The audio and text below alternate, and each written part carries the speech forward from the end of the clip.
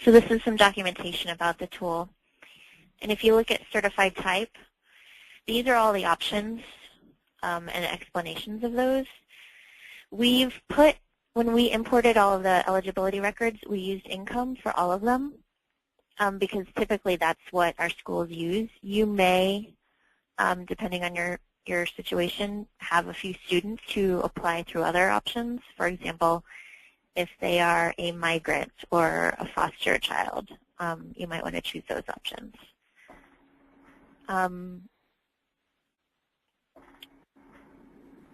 So going back to Infinite Campus, school year, this school year, we put start date as September 30th and end date as October 1st of next school year. And that's because a child's eligibility, as many of you know, is good 30 days into the next school year. And at that point, we've collected all the new forms and their new eligibility applies. So their new eligibility is going to start on October 2nd of 2011. Unless you determine a new eligibility before then, in which case you can change the end date. It's not possible to have overlapping eligibilities. So if you found out the student's eligibility for next school year in September, for example, you could not create a new eligibility starting in September until you change the end date. It won't let you have overlapping dates.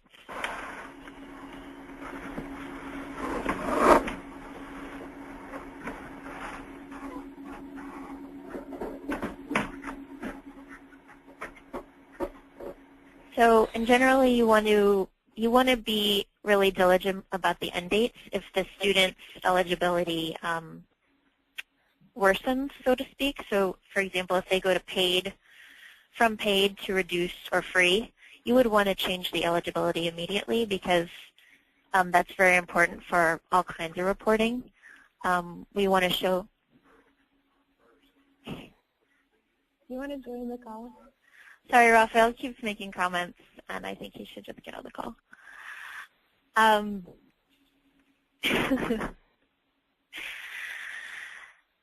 Are there any questions about this tool so far?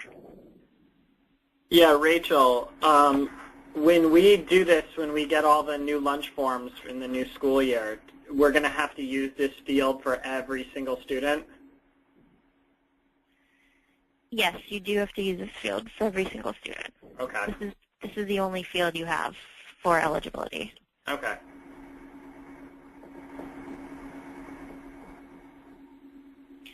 So to create a new status, you just click New, and then you fill in all the relevant things here.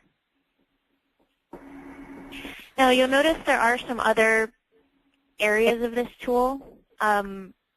There are some cool features in here that allow you to process applications and determine eligibility automatically.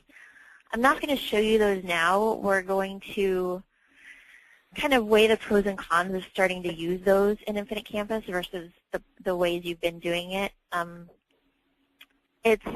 It's kind of complicated, so we're going to look into it and do more research. And if we do decide to use that, we'll definitely train everybody on how to use it, before the start of the school year.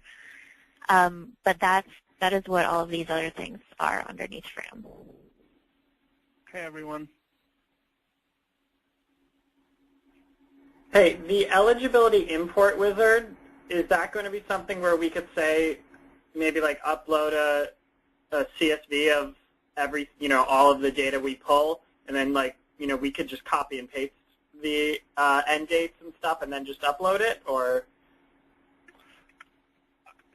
So that is exactly what the tool does and how it's used. What's unclear at this point is whether what implementation will look like for next year.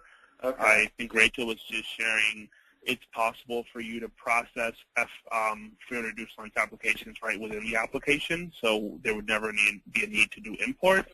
And some schools may opt to do that. We may give some schools the option of entering it onto a spreadsheet that we would upload, and we may give some schools the options of doing their own uploads. We've not yet figured out how we're going to cross that bridge. The way the wizard works, once you do it, you can't undo it.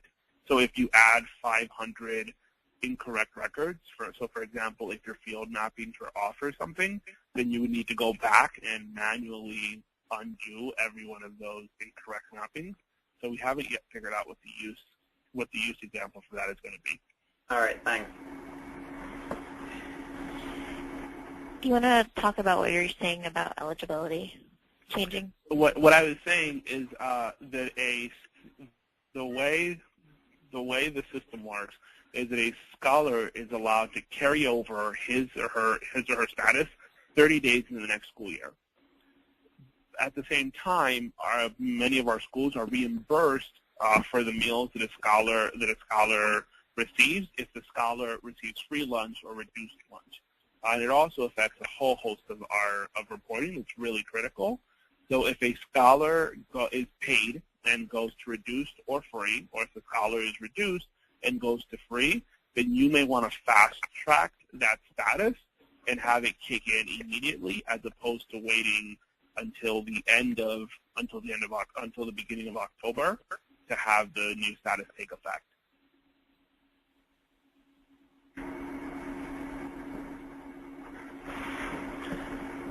Yeah, but the thing is, if we're processing the lunch forms, and we find out that a student is free, we're not going to. I don't have a list where I'm just going to be able to refer. Like, I would end up going into IC anyway to then input it, and then I'd probably find out then, oh wait, this is a change of status.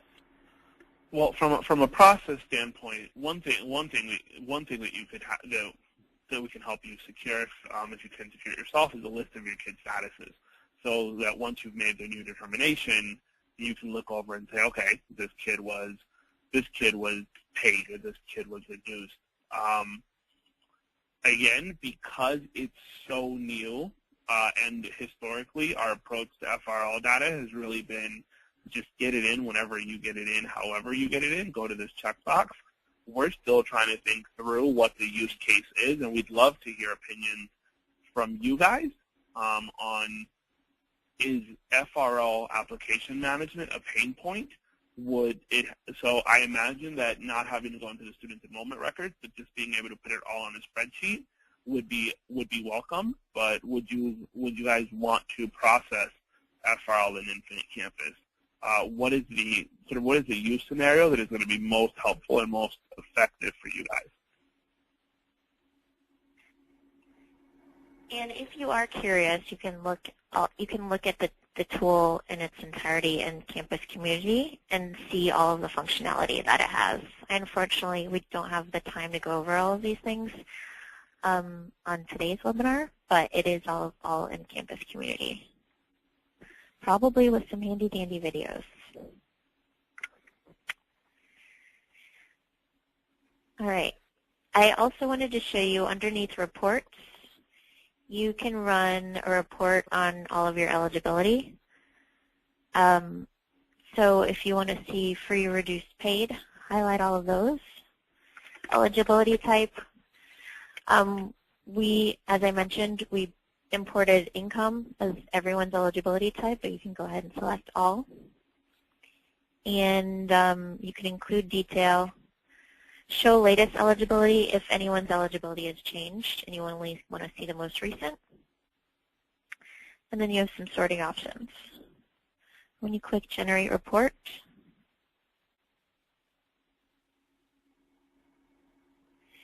you have a PDF, and it has all of the certification types going down the left-hand side, and then across the top, your numbers of free, reduced, paid, and total. And then the detail, if you do check detail, it'll show you every student and their eligibility and certified type, as well as start and end dates.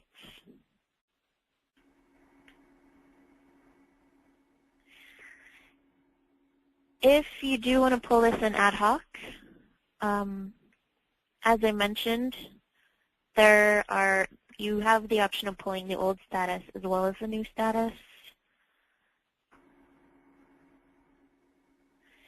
The old status is under, remember it was under enrollment, so it's going to be under active enrollment. It's called meal status. That's the old status. We're not going to pull that anymore, but if you do need it, that's where it is. The new status is eligibility. It's under food service. And you can also pull things like start and date, certified type. So that is what we're going to pull. If you do pull this, you're going to start using that field in ad hoc in the future. Any questions about Fram before we move on?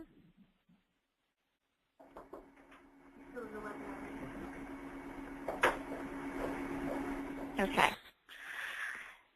So I wanted to show you some reports. You may be familiar with the grades report. The path is grading and standards reports grades report. And this is really handy for the period when you're running report cards or progress reports. And you know that you've given teachers a deadline to post grades, and you want to ensure that all teachers have, in fact, posted their grades. But you don't want to print out every single report card and look at it that way. You can run this report. So it's under grading and standards, reports, grades report. And you can select all students. You can filter by teachers. And then if you're looking at winter report card, you would select winter. You can group by student, teacher, course, and then select all grading tasks. And then down here, if you select missing grading tasks, it's only going to show you the ones that are missing. Let's look at a middle school.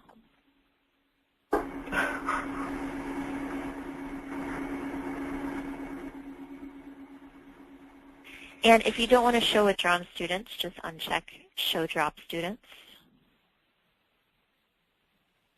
Click Generate Report.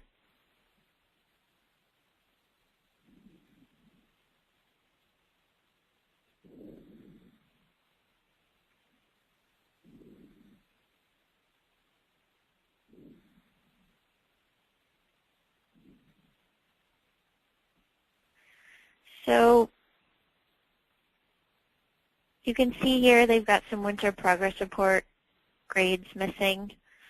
Could be because they don't run progress reports, which I'm pretty sure Crown Heights Middle doesn't.